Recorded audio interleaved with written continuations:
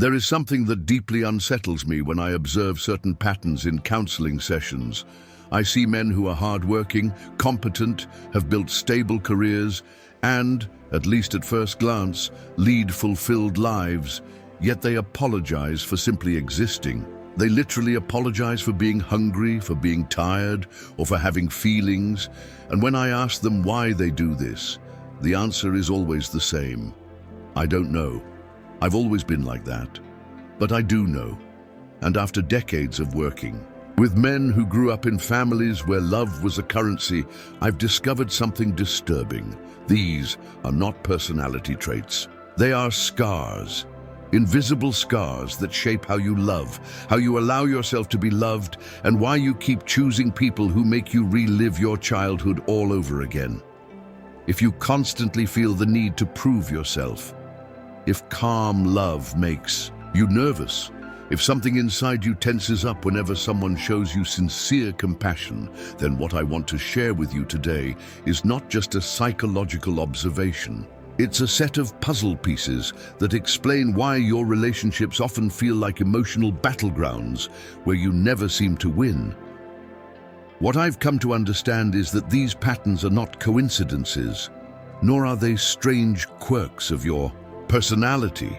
They are the result of a very specific kind of emotional conditioning, a conditioning that began long before you had words to understand it, and one that even decades later still influences every decision you make in love. Because, here's the thing, in the brain of a child growing up with narcissistic parents, something crucial happens. Its nervous system is programmed for permanent emotional survival. And this program doesn't automatically shut off when you turn 18. It becomes your operating system for navigating the adult world, especially in intimate relationships. Think about it for a moment. Your emotional GPS was calibrated in hostile terrain. Now, decades later, you're trying to find your way through the landscape of closeness and love. But your system is still scanning for dangers that no longer exist, anticipating betrayal that won't come, and preparing for battles that aren't happening. The result is emotional exhaustion, disguised as hypervigilance in love. Let me now walk you through 7 patterns I've identified, 7 concrete ways this early conditioning manifests in your love life. And as I describe each one, I ask you not only to notice if you recognize yourself in them, but also to pay attention to how your body reacts when you do. The first pattern, the compulsive urge to endlessly explain yourself. This isn't about talking too much. It's about literally not being able to exist without justifying your existence. You write long messages where a simple yes or no would do. You feel every opinion needs to be framed, every decision defended, every emotion cushioned with a preemptive apology. That's not communication, that's survival. Your inner child learned that a simple no could trigger an emotional explosion, that their needs had to be explained, justified, almost begged for in order to be seen as valid at all. And so you developed this strategy.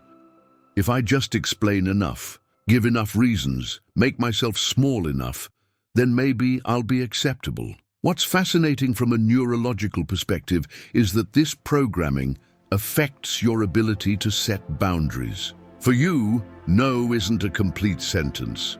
It's the beginning of a negotiation in which you have to prove that your boundary is reasonable, justified, and harmless.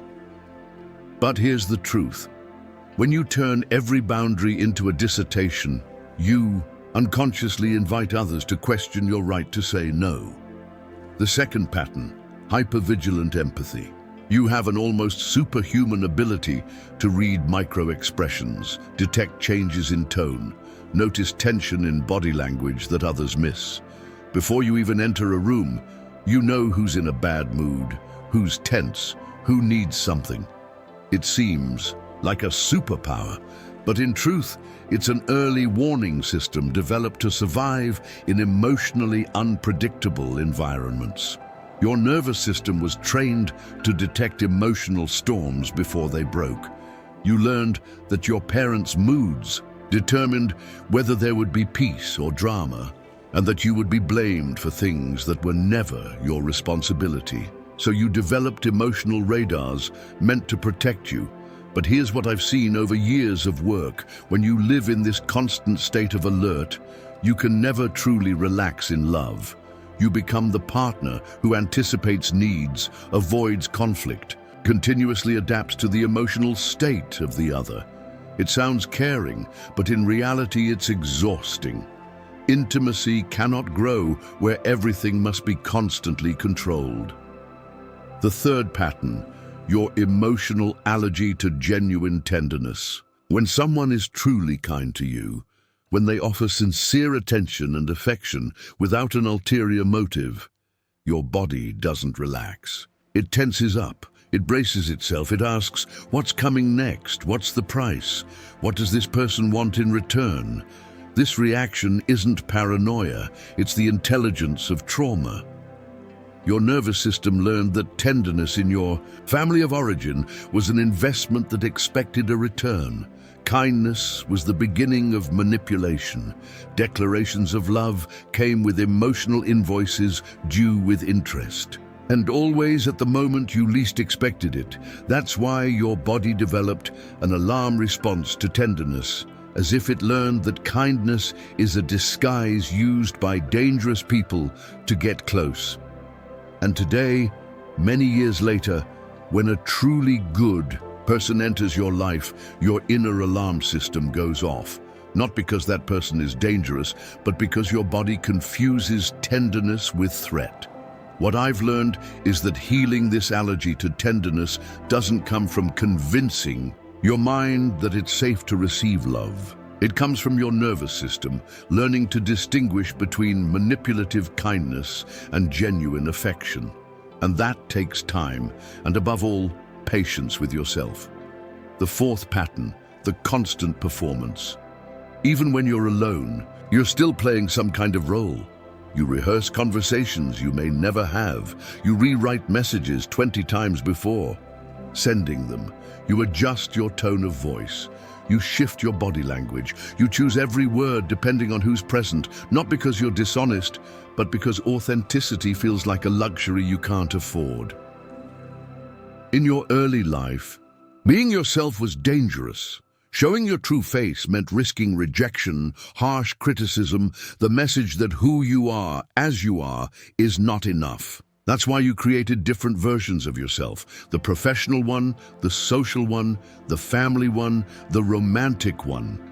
And all of these versions revolve around one central question. Who do I need to be for this person to accept me? But here's the problem. If you're always performing, you eventually lose touch with who you really are beneath all those masks. And here's something crucial. Mature love is not an audition. It's not a test you have to pass in order to earn affection. It is an encounter between two people who have chosen to be real, with all their imperfections, gray days, and moments of vulnerability. But if you've spent your whole life in performance mode, the very idea of being loved for your true self can feel both impossible and terrifying. The fifth pattern, the silent epidemic of apologizing. I don't mean apologizing when you make a mistake. I mean apologizing for simply being, for being hungry, tired, having a different opinion, for crying, laughing too loud, or taking up space in this world. I've seen men apologize for the weather when it rains. I've seen them apologize for mentioning their own accomplishments. I've watched them apologize for needing time to process their emotions. And every time that happens, what I really see is a boy who learned that his very existence is a burden, something that constantly needs to be justified. But here's what many don't realize. When you keep apologizing for who you are, you teach others to treat you as someone who is worth less. You reinforce the message you internalized as a child, that you're not enough the way you are, that your presence demands explanation, that your needs are too much. The sixth pattern, You're magnetic, pulled toward emotionally unavailable people. It's not masochism, even if it might look that way from the outside. It's familiar terrain. Your nervous system recognizes the pattern, the urge to conquer love, the constant struggle to earn it, the life of uncertainty over whether you're enough. What's happening here is remarkable from a neuroscientific point of view. Your brain has learned that love is tied to effort, that fear is synonymous with passion, that conquest proves your worth. When someone offers you their love fully, when it comes easily and without drama, your nervous system doesn't recognize it as love. It reads it as boredom, as if something's wrong, as if it's too good to be true. It's as if your heart has learned a very specific language of love, the language of lack, effort, and constant proving. And when someone speaks to you in the language of abundance, with ease, and a love that doesn't need to be earned, you literally don't recognize it as love. That's why you end up in relationships where you have to constantly prove your right to exist, where love is given in drops, and part of you is always working to be enough, and this cycle continues because you unconsciously are still trying to finally earn the love you never received, to prove to yourself that this time you are worthy of being chosen. But what I've learned is this: the only way to break this cycle is through something that feels completely contrary to everything you've experienced. You have to learn to endure love that comes easily. You have to train your nervous system to recognize that emotional availability does not equal boredom. It means safety, that love you don't have to fight for isn't less valuable. It's more genuine, deeper, more real. The seventh and final, a pattern. Your great fear of becoming the very person who hurt you. You live with a constant worry that you might come across as arrogant, that you might hurt others, that you might show any trait that reminds you of the narcissism that shaped you. This fear is so strong that you often diminish yourself. You avoid recognition, downplay your achievements, deflect compliments, flee from situations where you might be seen as special or successful. Because deep down, you carry the belief that being visible is dangerous, that it might make you like the monstrous parent who raised you. But here comes the most beautiful irony I've ever discovered. People who are genuinely afraid of being narcissistic almost never are. The very fact that this thought occupies your mind, that this fear lives inside you, is proof of your empathy, your awareness, your capacity to feel with others. True narcissists don't worry about being narcissistic. They don't lose sleep over whether they've hurt someone. They don't live with this level of self-reflection and emotional responsibility. Your fear of becoming like them is, in fact, your greatest protection against it. It keeps you connected to your humanity, to your ability to feel, to your deep desire not to repeat what once wounded you. But when this fear becomes so strong that it paralyzes you, keeps you from shining, makes you invisible, then that very fear becomes a new kind of prison. And here lies the heart of what I want to share with you. Recognizing these patterns doesn't mean labeling yourself as broken or defective. It means empowering yourself to choose differently, giving yourself the tools to understand why you react the way you do, why you choose what you choose, why you feel what you feel. Because these 7 patterns are not flaws in your character. They are intelligent adaptations your mind created to survive in an environment where love was conditional, where your worth depended on whether you could make other people happy, people who weren't able to be happy with themselves. You were a boy who, with the tools available to him, did his best. And it was precisely those tools that saved you. They helped you navigate a home where emotional survival required constant vigilance, where love had to be earned, where authenticity was a luxury you couldn't afford. But now, you're an adult, and the tools that once protected you are now the very things that prevent you from living freely. The hypervigilance that once kept you safe has become anxiety, and Relationships. The constant explaining that once shielded you has turned into an inability to set clear boundaries. The performance that once made you acceptable has become a barrier that blocks real intimacy. But what I've learned after decades of work is this: healing does not mean freeing yourself from all of it overnight. Healing means recognizing these patterns when they appear, meeting them with gentleness and patience, and choosing new responses step by step. It means transforming your old survival strategies into tools for building real relationships in which you don't have to explain why you exist. Building authentic closeness in which you're seen without having to pretend. Building love you don't have to earn because it's given to you for who you are, not for what you do. And I want you to know this: if you recognized yourself in these patterns, it doesn't mean you're doomed to repeat them forever. You are not broken. You are not too damaged to be loved. You are a person who survived something they should never have had to endure. And now you have the chance to choose something entirely new. Because mature love exists. It is not the kind of love you must earn through endless explanation. Not the kind of love you must constantly monitor for fear of losing it. Not the kind of love that requires you to hide who you are. Not the kind of love you must apologize for just because you exist. Mature love is the kind that sees you even on your bad days and asks for no explanation. It's the love that recognizes your fear and offers not solutions, but presence. It's the love that allows you to be authentic, imperfect, human. The love that is not afraid of your boundaries, but respects them. The love that does not punish you for your wounds, but stays with you as you heal them. And that kind of love, that love is waiting for you. Not as a reward for perfect healing, because healing is not a destination you arrive at and stay forever. Healing is a process, a daily commitment to yourself, a conscious choice to respond differently each time old patterns arise. Healing is that moment when you feel yourself wanting to over-explain, and instead you take a deep breath and trust that your no is enough. It's when your body tenses in response to a loving gesture and you consciously choose to stay present, to allow yourself to be touched by that tenderness even if it feels unfamiliar. It's when you notice yourself slipping into a role and instead reveal a piece of your true self, even if your voice trembles.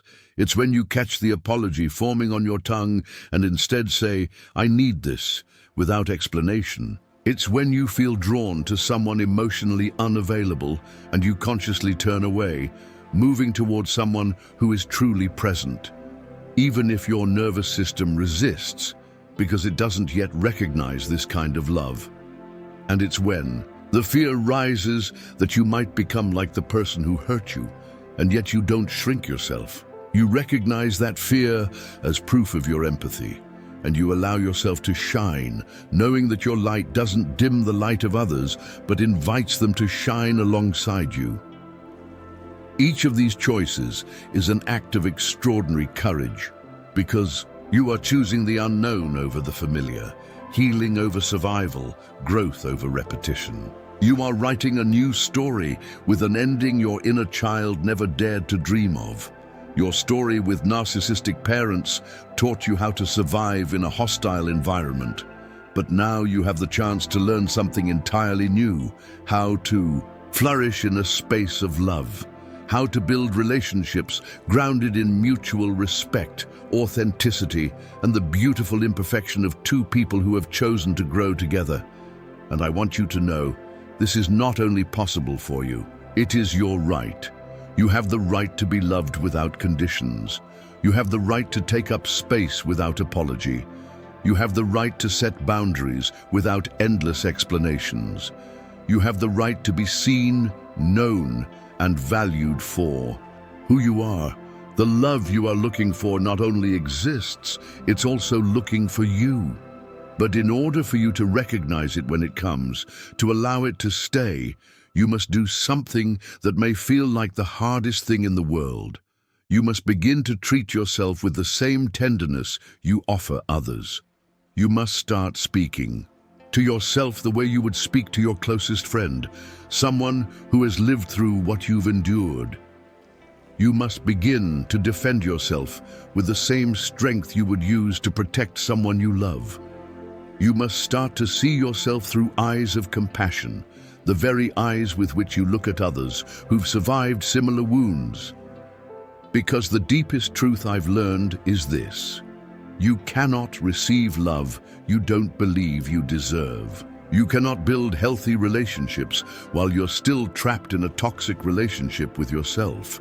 You cannot give to others what you continue to deny yourself. That's why healing always begins with you. Not with finding the right person to heal your wounds, not with better explanations of your needs, not with more convincing behavior to be accepted.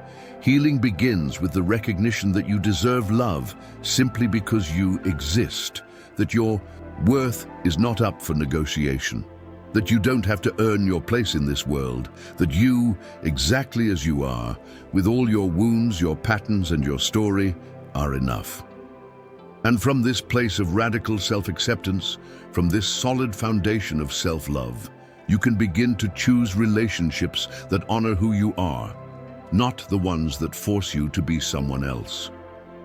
The path to mature love is not perfect. There will be days when old patterns speak louder than ever. There will be moments when the familiar melody of survival feels safer than the new song of healing. And that's okay. That's part of the process. But what matters is you now hold the keys. You now have the map. You now know that the patterns that have accompanied you your whole life are not your destiny.